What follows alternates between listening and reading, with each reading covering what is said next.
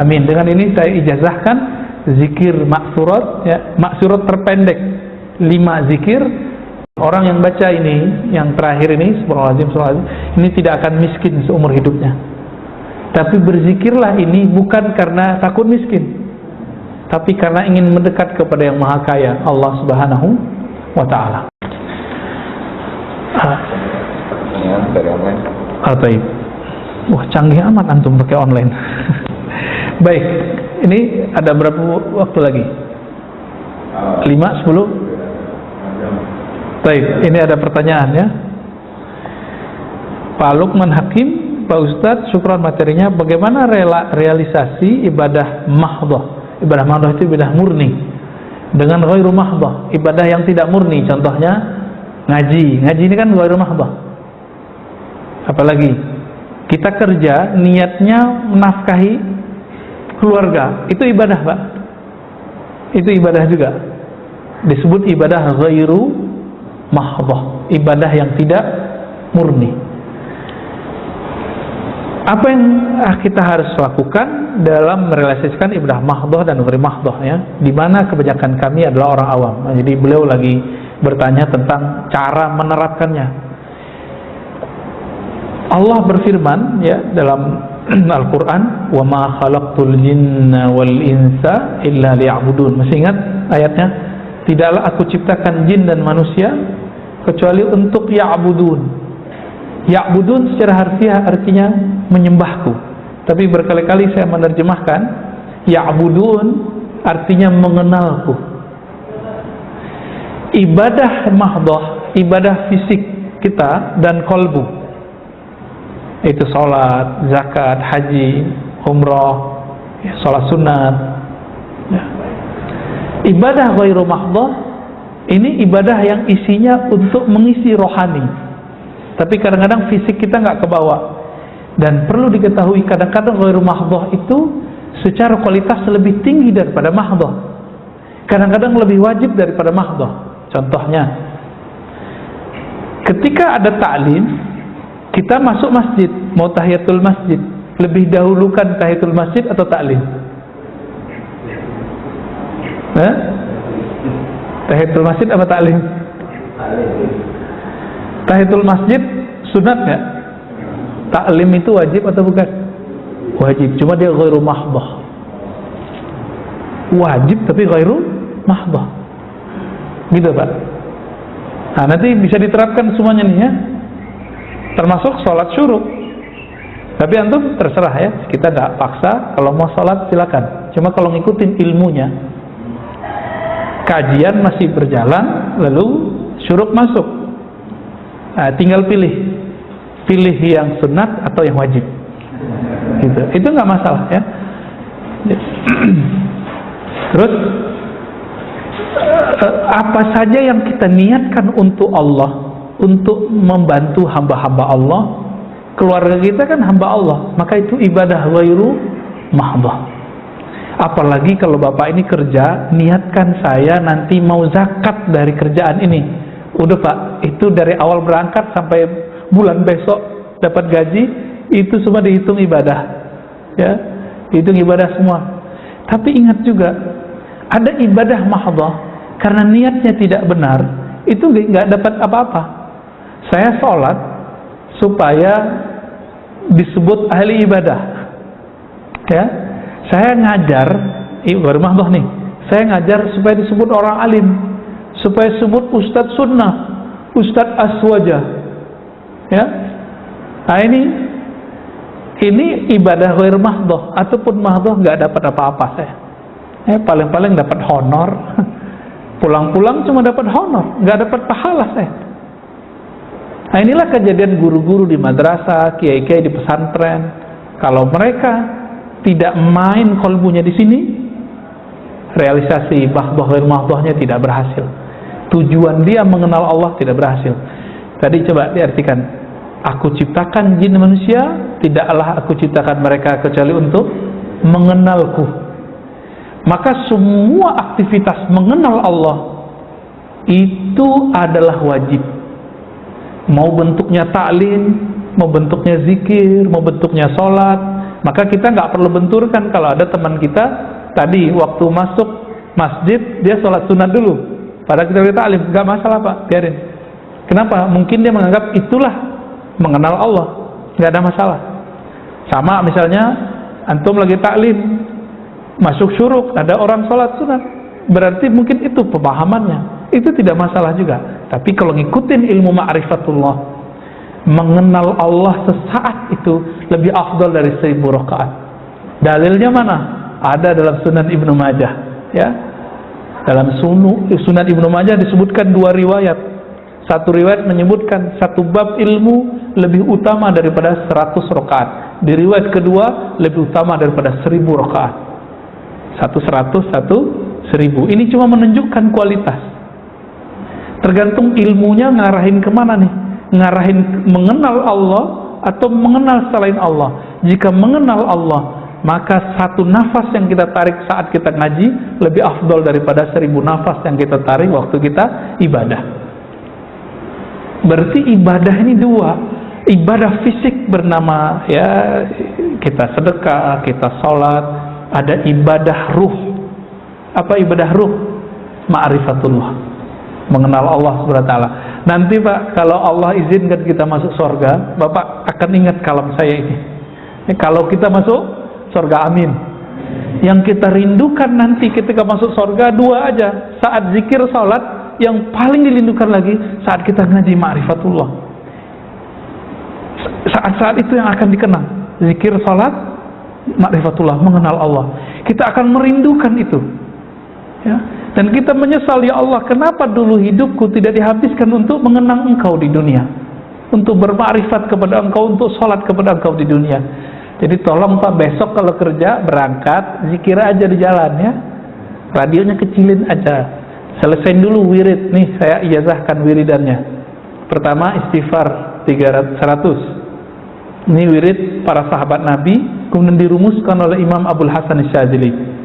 Pertama apa? Istighfar 100, sambil jalan aja ya, lihat aja tuh jamnya, kira-kira kalau udah 3 menit selesai, 3 menit atau 5 menit selesai, 15 menit doang atau 20 menit. Yang kedua, la ilaha illallah, sama kan zikir-zikir lama juga kan. Ini yang kita sebut di khutbah kemarin. Jika ada orang membaca la ilaha illallah, ada orang baca gitu dari kalbunya, Allah kan selalu mandang kalbu kita. Untuk orang yang membaca ini, Allah berikan pandangan istimewa. Di belahan langit dan bumi, Allah sekedar memandang dengan keistimewaan rahmatnya, bahwa orang ini diangkat jadi kekasihnya. Ini nanti Bapak sambil nyetir bisa jadi waliullah ya. Jadi Allah mudah Pak.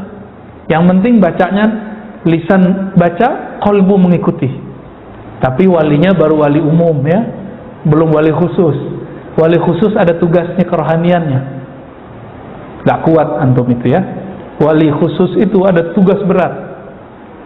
Tugasnya kalau mu'alim itu siap dibenci orang ya, siap mendatangi tempat-tempat yang tidak ada materi di situ ya. Di situ hanya menghabiskan materi kita. Ada Pak nanti orang-orang begitu tuh ada. Itulah Nabi. Nabi kan datang ke mana-mana itu pakai dananya, pakai dana sahabat. Habislah dana mereka untuk dakwah. Puncaknya jihad.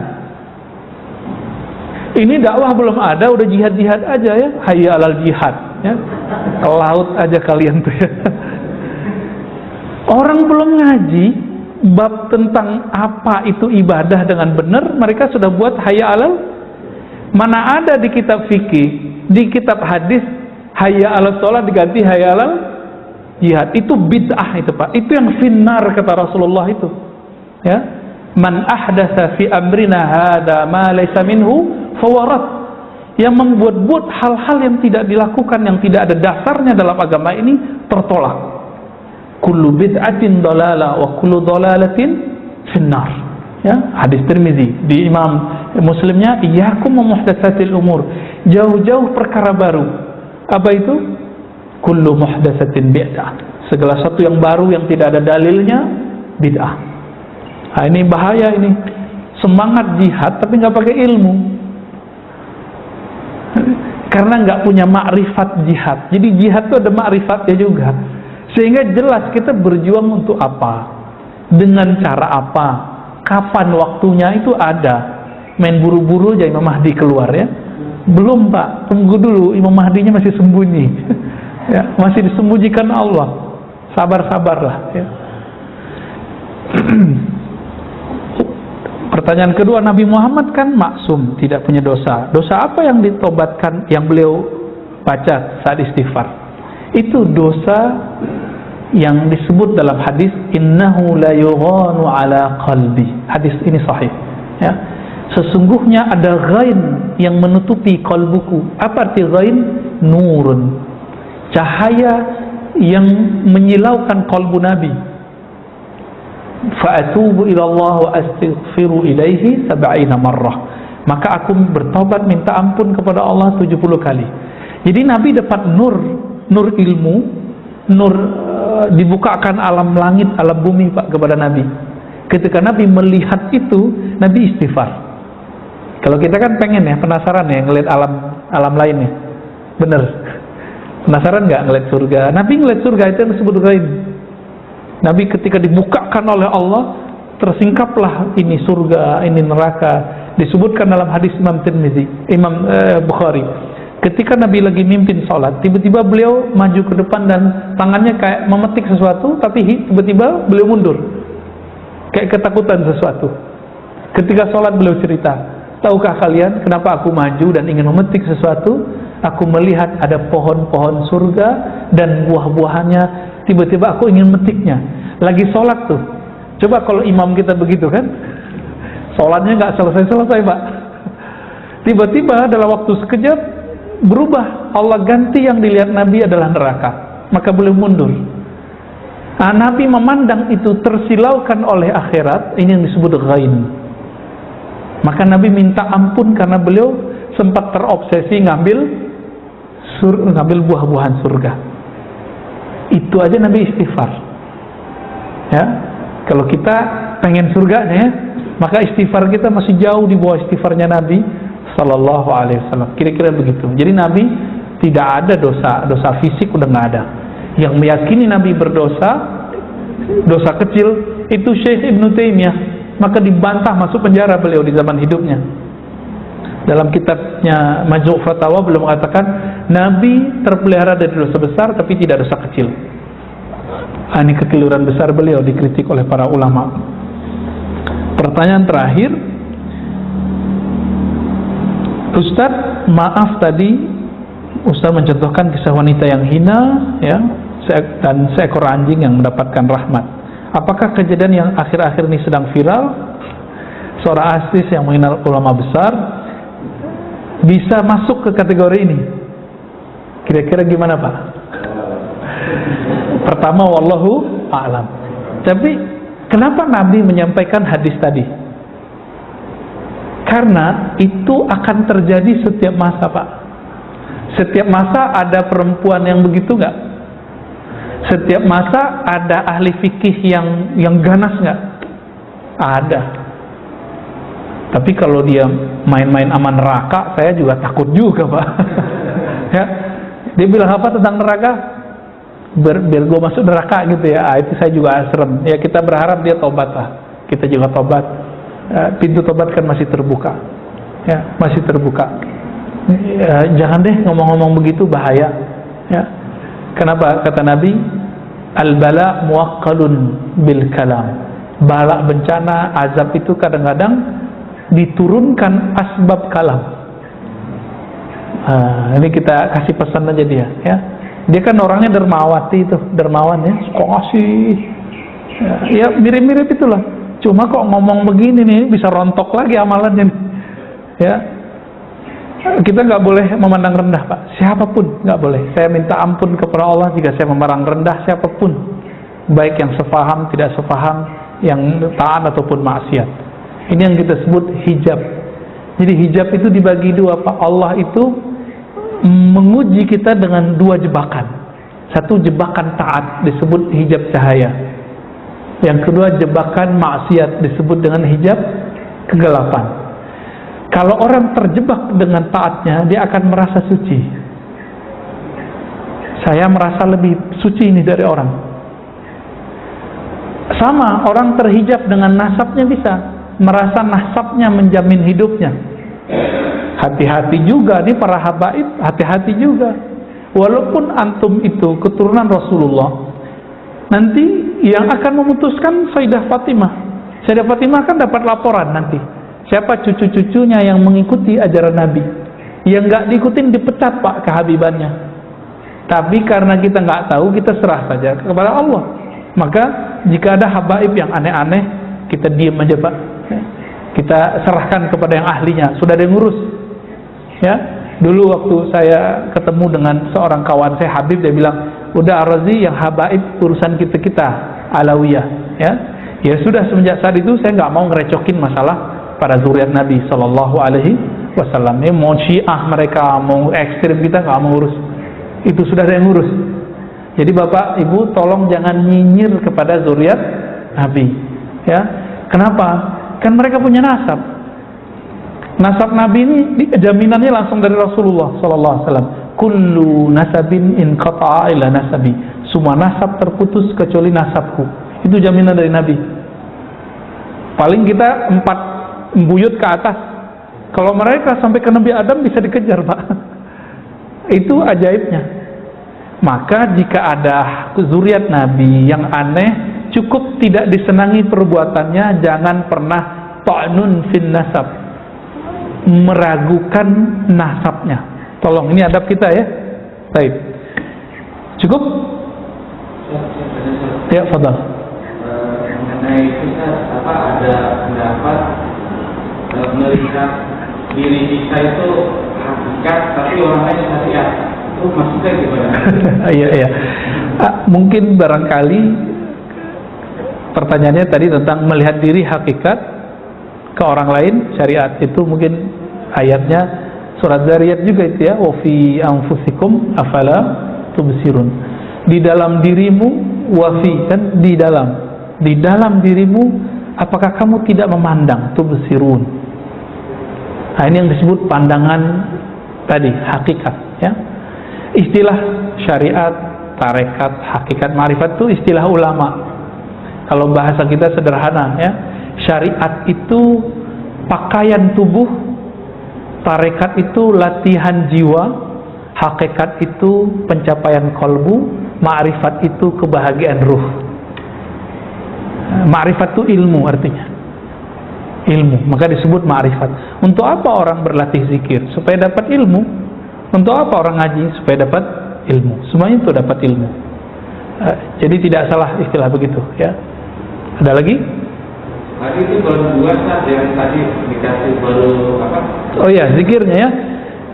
Astagfirullah 100 kali, la ilallah 100 kali. Yang ketiga, salawat 100 kali. Yang pendek aja, sallallahu ala Muhammad. Pendek ya, nggak usah dihafal-hafalin. Kalau lebih bagus, Allahumma sholli ala Muhammad wa ala ali Muhammad. Boleh pakai Sayyidina Muhammad, boleh tidak. Yang ketiga, yang keempat, subhanallah wa bihamdihi subhanallah al-azim. Orang yang baca ini, yang terakhir ini, subhanallah, ini tidak akan miskin seumur hidupnya.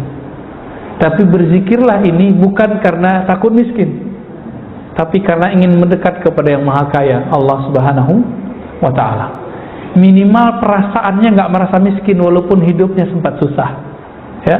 Itu subhanallah bihamdi subhanallahil azim. Nanti di lain waktu kita syarah. Jika waktunya banyak, tambahkan ya latif 129 kali. Ya latif, ya latif, ya latif ya, bisa dihitung pakai ini. Ya latif, wahai yang maha halus, yang maha lembut takdirnya, kudrah iradahnya. Nah, itu ijazah yang saya dapatkan dari masyayikh kita untuk zikir pagi dan sore. Itu yang saya amalkan pak, pagi kalau pulang pengajian, pulang subuh, itu di rumah, khusus di rumah saya amalin itu, supaya di rumah kita bercahaya. Kalau nggak di kendaraan ya, supaya kendaraan kita ikut bangga. Jadi dimanapun tempat kita berzikir, itu tempat itu nanti jadi saksi. Dan mereka mengatakan, wahai benda-benda selainku, saksikan bahwa aku sedang ditempati oleh orang yang berzikir. Begitu dalam riwayat Imam Ibnu Mubarak dan hadisnya hasan. Semoga kita termasuk yang mereka banggakan itu.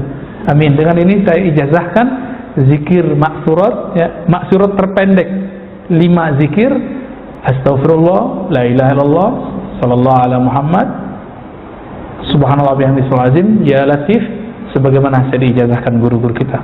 Ya, ala hadzal niyya wa lima syaifina al-Fatihah.